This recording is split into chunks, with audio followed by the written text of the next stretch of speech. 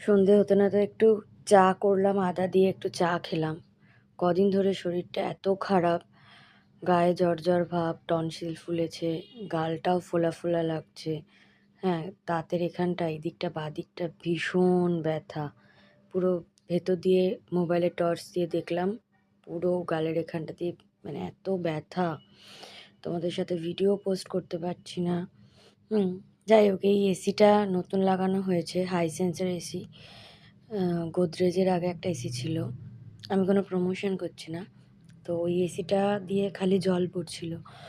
জীবনেই প্রথমবার দেখলাম জল পড়তে পড়তে, মানে অনেকদিন ধরেই অল্প অল্প করে জল পড়ছিল। ঠিক আছে, এসিটা দিয়ে দেখছো মাথার এখানেও একটা গরম গোটা হয়েছে, খালি মনে হচ্ছে শুয়ে থাকি ল্যাদ খায়। যাই হোক, যেটা বলছিলাম, তো জল পড়ছিল, তো দুবার সার্ভিস করা হয়েছে, ঠিক হয়নি। তো আর একটা গোদরেজ কোম্পানির লোক ডাকা হয়েছিল সার্ভিসিংয়ের জন্য।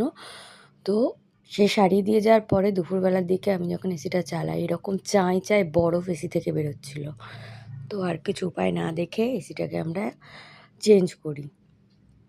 শরীর এত খারাপ, এই জন্য ভিডিও দিতে ইচ্ছাই করছে না, ভিডিও এডিট করতে ইচ্ছা করছে না, তোমাদের সাথে শেয়ার করতে পারিনি, খালি ঘুম ঘুম পাচ্ছে, শরীর এত খারাপ। ঠাকুরের কাছে প্রার্থনা করো যাতে আমি তাড়াতাড়ি সুস্থ হয়ে যাই।